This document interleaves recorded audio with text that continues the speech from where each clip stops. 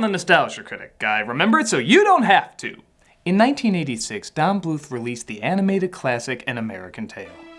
With an aggressive yet still heartfelt tone, it chronicled the lives of a family separated, used clever commentary to display the expectations versus the reality of immigrants arriving in America, and showed the power of the fighting spirit to locate what you thought was lost forever.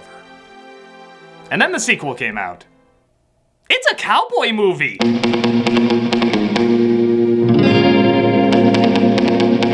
Released in 1991, Fievel Goes West clearly has little connection with the original in terms of tone, animation, or even the people who made it, and instead decides to make a goofy western. I don't know why this movie exists, why they took this angle with it, or why fate was so cruel to make it Jimmy Stewart's last role, but here we are. Does it have any charm, brilliance, or charisma on par with the original? Did John Cleese turn down the role of Cogsworth to play the villain in this instead? Oh, thank you, God! Thank you so bloody much! Let's take a look at Fievel Goes West. It opens with a fantasy Fievel is having about his hero, Wiley Burp. Jimmy Stewart's last character is named Wiley Burp? Can't we just say this voiceover is his last appearance? It's home cooking soup. It's not much, but it's a bit more dignity. So, Wiley Burp is surrounded by the Cactus Cat Gang until Fievel comes in to save the day. It's too tough, kid. Get out while you still can. You can still have a good sequel. Leave this one to the direct-to-video market.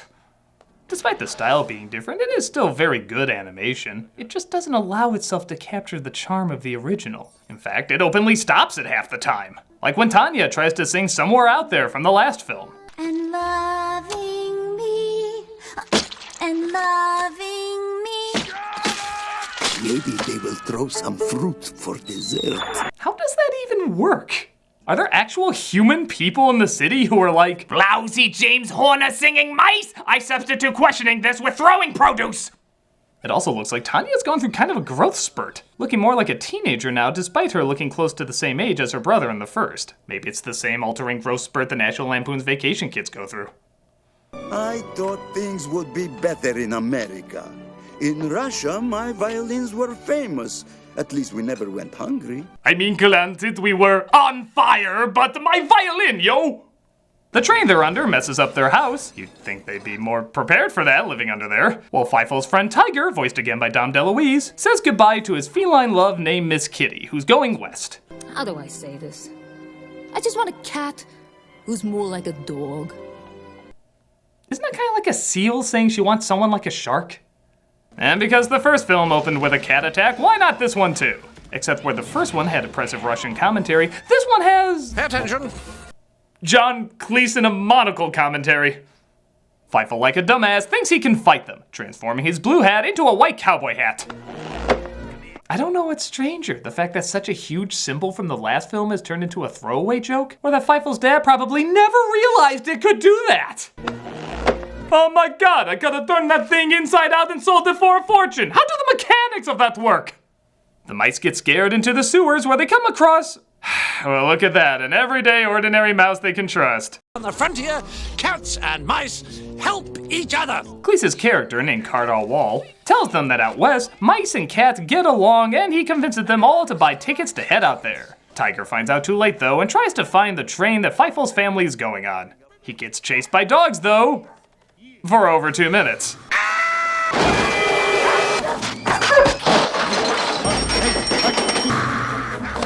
Cat got your tongue? No, but he's got way too much screen time.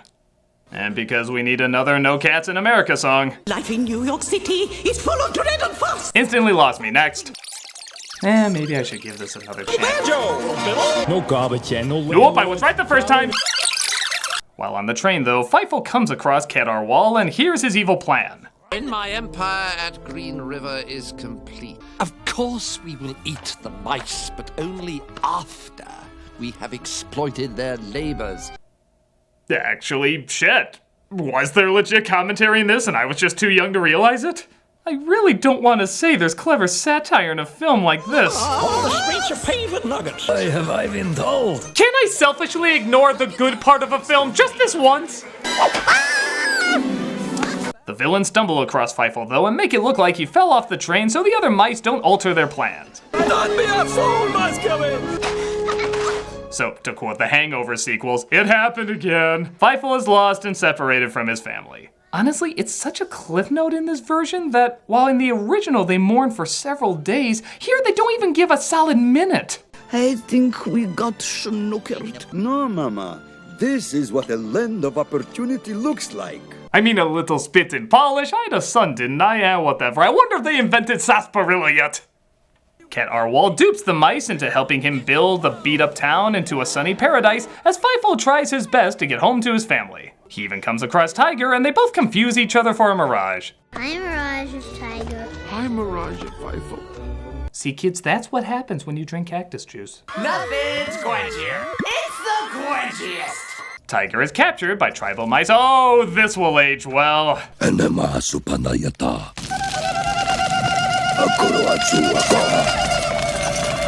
Just get to the part where they confuse him for a god. Oh my god, that actually happens? I was kidding! Why is it every tribe in everything mistakes what they've never seen as a god? Wow, I've never seen this marker before. It must be God. Fievel comes across Tiger though, and Tiger shows him how to get to town. The only reason I'm not a moccasin right now is because they think I'm a god. I'll join you as soon as I can. There's so many more stereotypes to be explored here. I'm not sure we got to the cannibalism part yet. Tiger tells him to just hop on a tumbleweed, which apparently has really great GPS for towns in the middle of nowhere, as the animals sing Rawhide because, I don't know, westerns. Move 'em on. Hit 'em up. Hit 'em up. Move 'em on. Move 'em on. Hit 'em up. Rawhide. Hey, that song was supposed to be sung by the good old boys. Sure enough, Fievel arrives at the town, making the entire time he's been lost in this movie just 12 minutes. Even the family doesn't really look that relieved to see him. Oh, Fievel, what happened to you? Well, I got lost in this desert, and this giant hawk. It's great to see you, but we got a rope to pull, and we already used up all our emotions for this scene in the last film. Why were you even gone in this one? Fievel tries telling them about the cat's evil plan, but nobody believes him because why should they believe the kid who got rid of all the cats originally anyway? The cats, of course, reveal their evil plan again in front of Fievel, showing how a giant mousetrap is gonna turn them all into mouse burgers. Let the saliva flow!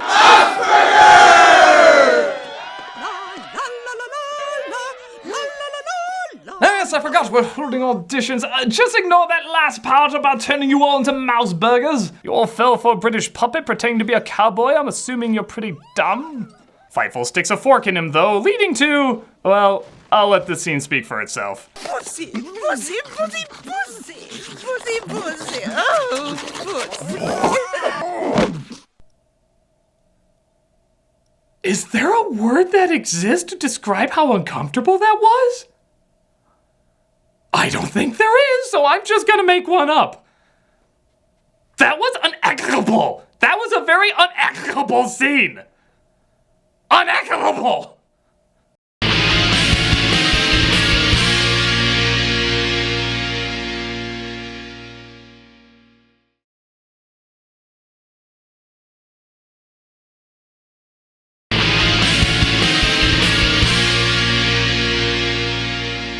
So Cat Arwal hears Tanya sing and falls in love with her voice, so he takes her to Miss Kitty to transform her into a star. I'm not pretty. And says who? You can be whatever you want if you just believe in yourself. Except in a good sequel, that ship has sailed. Cat Arwal previews her on stage as Fievel tries to escape one of his henchmen.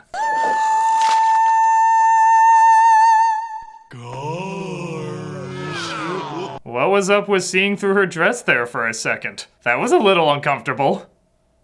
I mean, not as uncomfortable as this. Pussy, pussy, pussy, pussy, pussy. That was unequitable. I have to be honest, it drives me nuts how catchy this goddamn song is. When you hear it once, it's in your head for the rest of the day. So where's the girl you left behind? She's waiting for a sister. We won't stop until we're home. We'll hug and kiss her. It sounds like the Beef It's What's for Dinner song, except with the leprechaun on crack playing the fiddle. So tell me you will never roam. Swear we won't go roaming. I like my American Tail songs to be a little more off-key, thank you very much. Fievel realizes he has no one to turn to, which is kind of ironic as being gone for a while, the family just kind of abandons him through most of the movie. So he talks to a lazy dog who eventually figures out is his hero, Wiley Burp. You gotta help us now. Let this sleeping dog lie, son. Isn't that what he said the first time he was offered this movie? He tells him that he's too old to stop the cats himself, but he could train a younger dog to fight for him. Since dog spelled backwards is God, I guess that means Tiger is qualified. So he agrees to be trained by them, leading to probably one of the film's strangest lines. Anyone can be a god, but it takes grit to be a dog. There's so much weird in that sentence, I don't even know how to tackle it. I guess I'll just say, it's dumb. So they meet in the desert and Wiley Burp teaches him how to be a dog. You want to intimidate someone, give them the lazy eye. Well, don't do it too much. I had a sailor friend deface himself that way. Tiger gives it a try, leading to sounds I guarantee you'll hear in your nightmares tonight.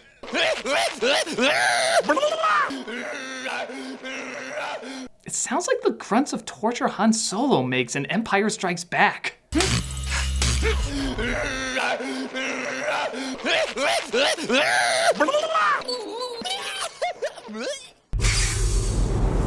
Tiger goes through all the training, and the three of them walk into town to stop the cats. Cat Arwal is ready to set off the giant mouse trap in the slowest ribbon cut in history, but our heroes stop him. Like any classic Western, instead of guns they use slingshots, but they don't seem to work. So they use the lazy eye.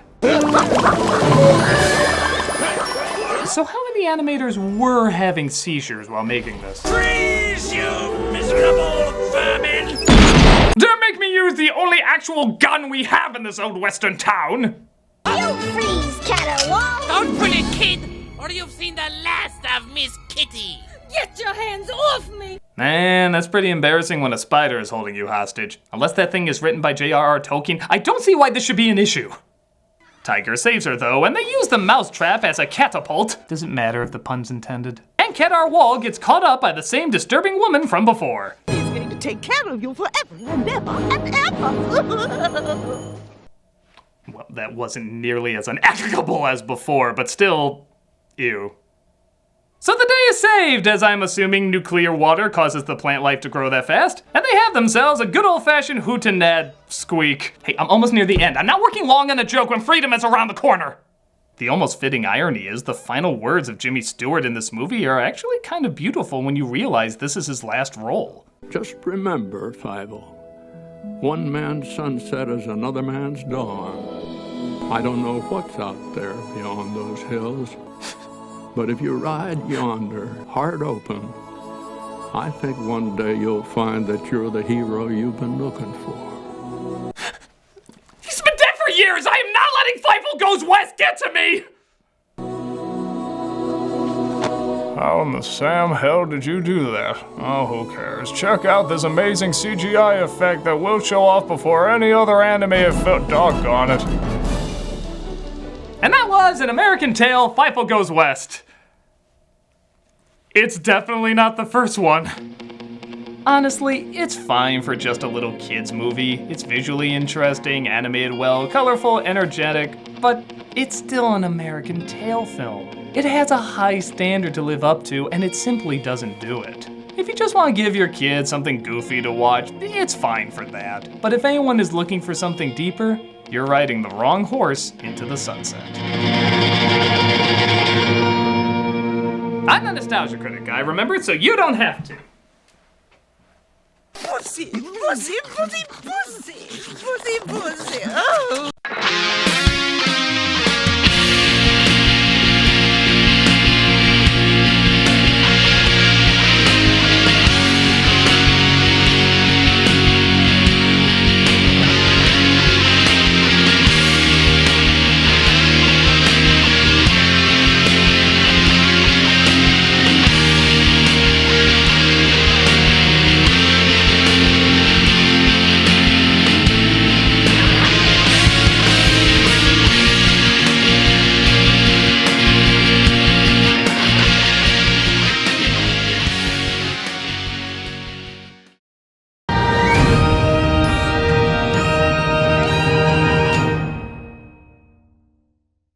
Hey, Doug Walker here doing the charity shout out, and this week we are doing Child Find of America. Child Find of America is a national not-for-profit organization that provides outstanding professional services designed to prevent and resolve child abduction and the family conflicts that can lead to abduction and abuse. It receives calls for help from searching parents, parents in conflict, family members, law enforcement, child welfare, and other allied agencies, at-risk youth, and educators. With an active caseload of more than 6,000 plans, on any given day, their case managers are serving dozens of families in crisis. Each year, the positivity impacts the lives of thousands of children and directly assists several hundreds more in complex issues involving locating, returning, or keeping them in safe environments. If you look at their site, you can see all the children they've helped save and all the families they've helped to heal. And with an A+ rating on Charity Watch, it's among one of the best out there. Click on the link and please donate to the children and families who need the most support.